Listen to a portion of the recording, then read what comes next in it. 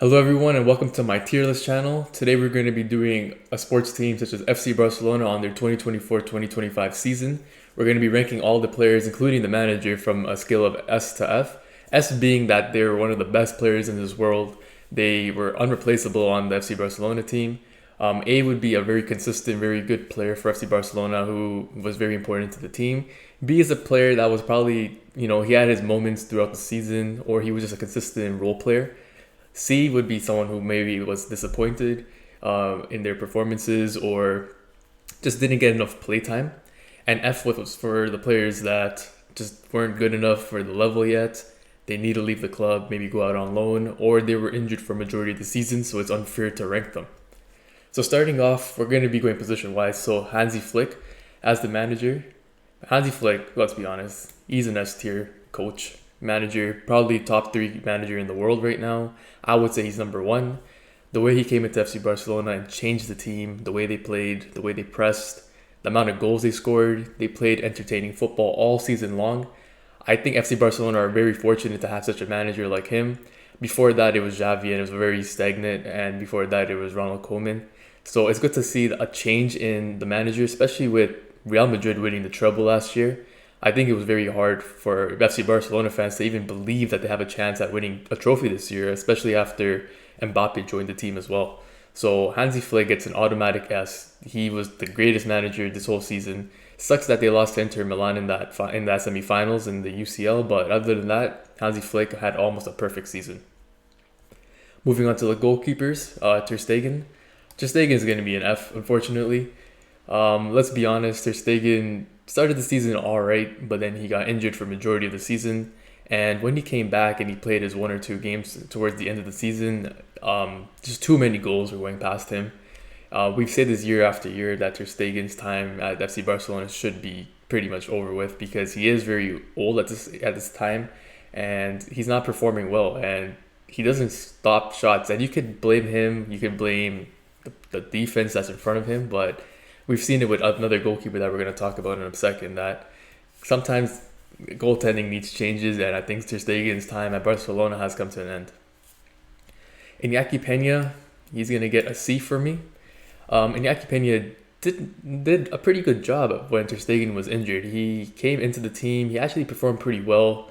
Unfortunately, his spot was taken by Szczesny, who joined the team later on, which could have been a little bit unfair for him.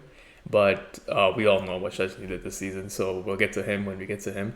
But it looks like Iñaki Peña's time with FC Barcelona is coming to an end.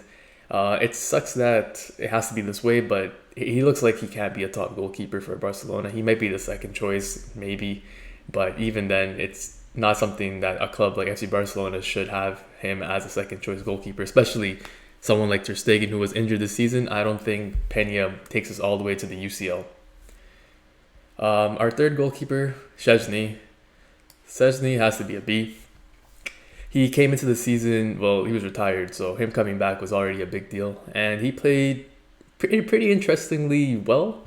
There were moments where he would, cause penalties throughout the season, run into his own defense.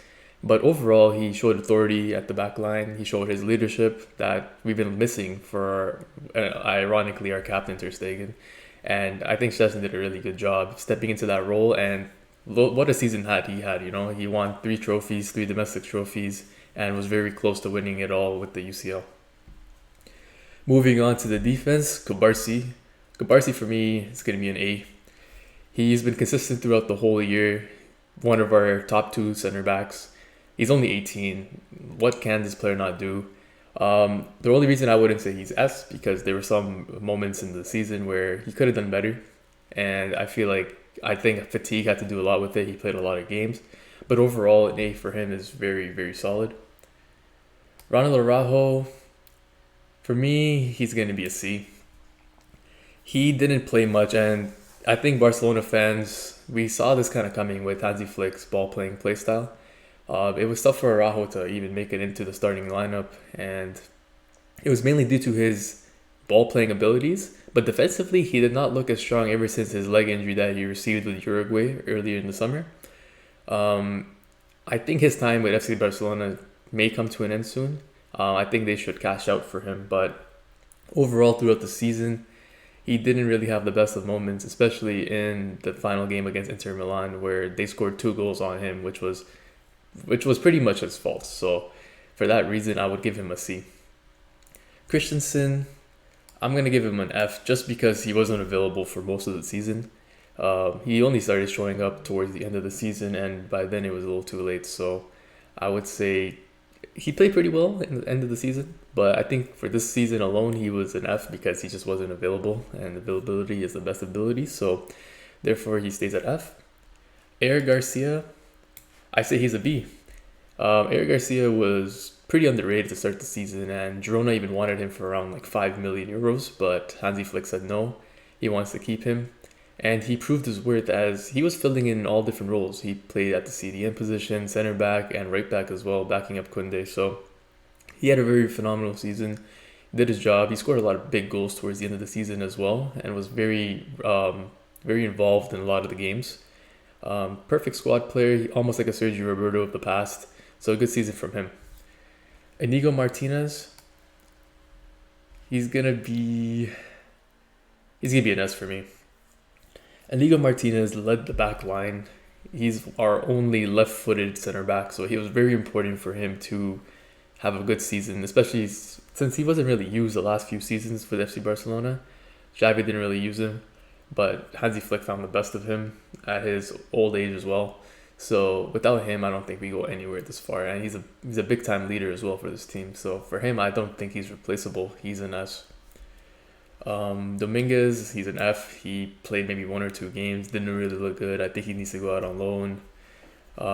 Cuenca, I think his name is. He's also an F. He played, I think, 1 game. He has to get some more minutes somewhere else. I think he's playing for the under-19 Spain team, so he has potential, but he needs more game time. Balde's going to be an S.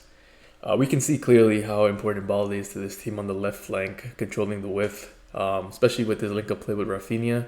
It lets Rafinha be more into the central zone where he does well. So structurally, Balde is just one of the best players that Barcelona have. And also in Europe, he's probably the top 3 left backs that are in the world. So he has to be an S. He had a really good season as well. Jared Martin, he's going to be a C. He started playing well, backing up for Balde as the season progressed, but overall, it's just he's not a Barcelona player. There's got to be someone else that Barcelona have to target and get rid of him because he did play well. He is improving. I wouldn't be surprised if Barcelona keep him on for another year or so, just because they might not want to spend money in that department. But overall, he's been playing really well in the last few games at the end of the season, and he's playing with Spain's I think under 21 team. So there's maybe some potential, maybe a solid player. Not the highest ceiling, but he did all right for Barcelona, but I think he could have done better. Jules Koundé is an automatic S. Best right back in the world. Defensively, really good. His link-up play with Lamine was getting better as the season went on. What a goal he scored against Real Madrid in that finals. Nothing else should be said. Jules Koundé is just a solid player that this team really needed. Hector Fort, he's going to get a C for me. Didn't play much, but when he played, he looked all right. He didn't look the worst, but I think he just needs more game time. He should go out on loan, go to a smaller Spanish team, just like Eric Garcia did with Girona last year, and just get more play time. And then I think he has a potential to come back to Barcelona and be a decent player. Marc Casado is going to be a B. Marc Casado had a great season. Actually, no. Casado's going to be an A. I think throughout the start of the season when Bernal got injured, it didn't look like Casado would fit in that role, but he came in and he just took over that center mid double pivot with Pedri. He had a great season. It sucks that Xavi had him all this time and never decided to use him, but Hansi Flick brought the best out of him and used him pretty much every week. It sucks that he got injured at a crucial time of the season, but other than that, I think really good season. He's here to stay. Marc Brunel is going to be an F. It started the season off well, but he got injured, obviously, so it's very hard to judge him. But he's going to be in Barcelona for the next, hopefully, his whole career, and I'm looking very forward to seeing him play next season. Pedri's an A. Best number 8 in the world, in my opinion. The way he controls the game, the way he controls the midfield. I think without him, Barcelona their creativity isn't the best. Pedri, we can see, can unlock the defense, the lines, everything. So someone like Pedri, I don't think you can replace him. He's Barcelona's best midfielder. Gavi, Gavi's gonna be a C for me. I think him just coming back from his injury, it's been a little tough. He hasn't played the best, and he was probably the fourth or fifth midfielder for most of the season. So hopefully Gavi could. I think this is just due to injuries. So hopefully he can come back next season, do a better job, and then from there we can see how he progresses. Frankie De Jong, he's an A. Him and Casado were fighting for that midfield second position right beside Pedri, and it looked like towards the end of the season, or from midway to the end of the season, Frankie De Jong took that role. He clearly just this double pivot worked perfectly for him. This is what he's been waiting for his whole time at Barcelona, and Hansi Flick decided this is the season where we can finally provide Frankie De Jong with what he wants. And now, before he looked like on his way out of this club, but now he looks like a staple, and he needs to extend his contract to stay. So great season for Frankie De Jong. Dani Olmo is gonna get a B for me. I think it's just the injuries and the inconsistencies that are with Dani Olmo. Anyone who watches him can tell you that he's very talented, but if you're playing 1 week and then you're out for the next 2 weeks and then you come back for another 2 games and then you're out for a month, it's just very hard to, ride on that high. So for that reason, I think Dani Olmo gets a B for the season. Hopefully he stays a little bit more healthier next season and a little bit more consistent in some big games. Firmino is also going to get a B for me. Started the season very inconsistent, but got better as the season went on. I would say a lot of that had to do with fatigue because he played in the Euros, he played in the Olympics, so he didn't have much break coming back. But he started getting his goal touch towards the end of the season. So hopefully, Fermin Lopez can score more goals next season at a consistent rate. Pablo Torre is gonna get a C for me. Whenever he came on, he played well, but he barely played. That was the issue. He's someone who either has to, go out on loan, or Barcelona to look to sell him because he has potential. But I just don't know if he can crack this team, right? Because his main position is a cam, and we got Fermin and we got Dani Olmo, who look to be like staples for this team. So I wouldn't even be opposed if Barcelona were to sell Pablo Torre. Rafinha, so we're going on to the attackers. S, Ballon d'Or contender, scored tons of goals, tons of assists this season. Big moments, Bayern Munich, Inter Milan. There's countless moments where he was just very crucial for this team.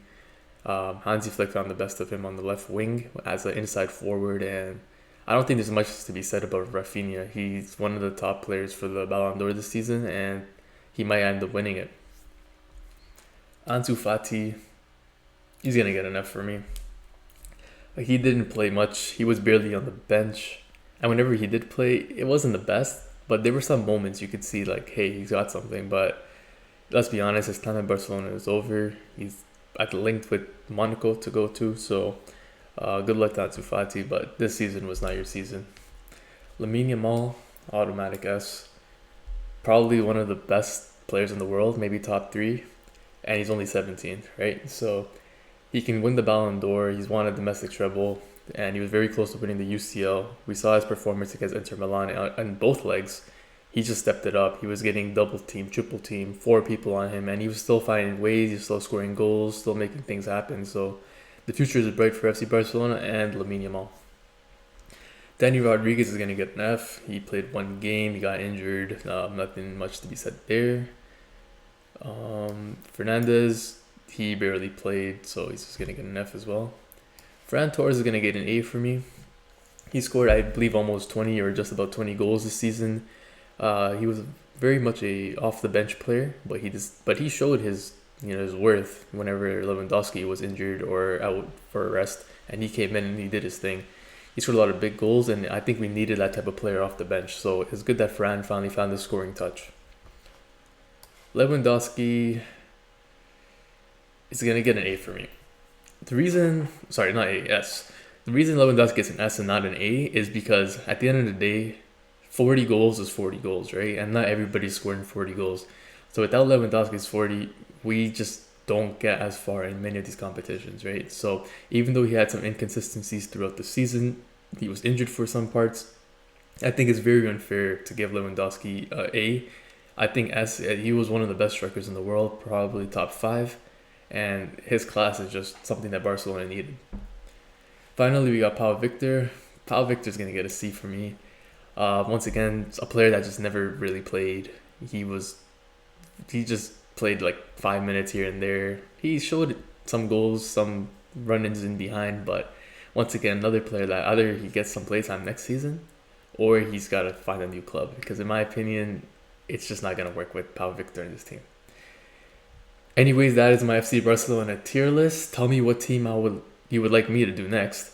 We got a lot of different teams. We could also do different topics. So let me know down in the comments, and thank you. Bye.